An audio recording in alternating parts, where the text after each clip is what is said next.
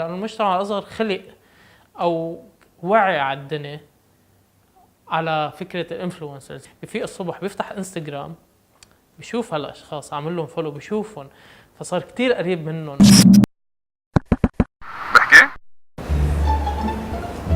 بحكي لك شفتي لما شو نزلت امبارح؟ خير شو نزلت امبارح؟ افتحي الانستغرام وشوفي. من امتى ماما صارت تروح على فرنسا هاي؟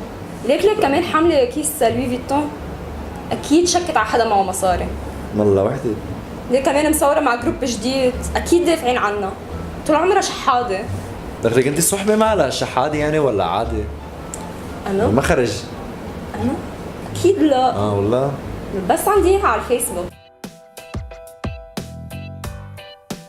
هاي الثقافة تبعية الشهرة اللي هي هلا اتس فيري بريفالنت، موجودة كتير بعالمنا هلا، تساوي بين الشهرة والنجاح. فيها هالايديولوجيكال اسامبشن او الاعتقاد الايديولوجي انه الشهرة ايكوالز النجاح.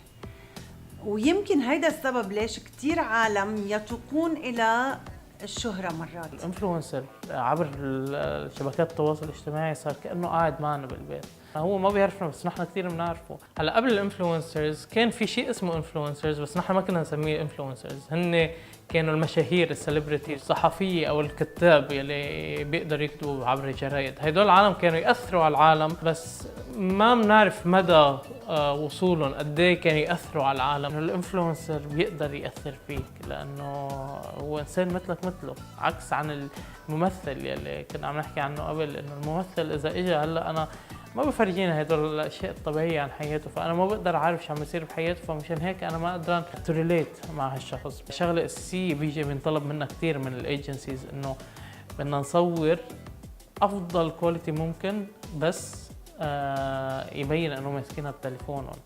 الانفلونسرز صاروا متقبلين ياخذوا منتجات ويروجوا لها لانه عم بيدفعوا لهم مبالغ كبيره، واوقات هن بركي منن مقتنعين بهالمنتج بس لانه في اموال صارت بزنس بالنهايه. بس المشكله وين؟ المشكله هلا نحن لانه الانفلونسرز صاروا عم بياخذوا هالمنتجات وعم بيروجوا لها، صرنا ناس ماديين.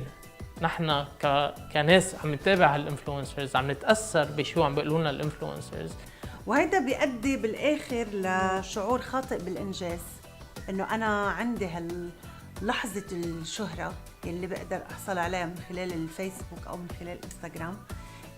ثانياً بيؤدي لأنه ترسيخ فكرة أنه الشهرة هي شيء مهم. ثالثاً بيؤدي لأنه نوصل لمرحلة من السطحية بالمعلومات. هي أصلاً بلشت من أيام التي في، وكتب عنها مثلاً نيل بوستمان، كتب كتاب اسمه Amusing Ourselves to Death، اللي هو بيحكي فيه عن انه كيف انتقلنا من انه بدك كتب على حيلة مثلا لتحكي عن قصة ما بعرف انا القضية الفلسطينية، لانه لتحكي عن القضية الفلسطينية على CNN بدقيقة واحدة.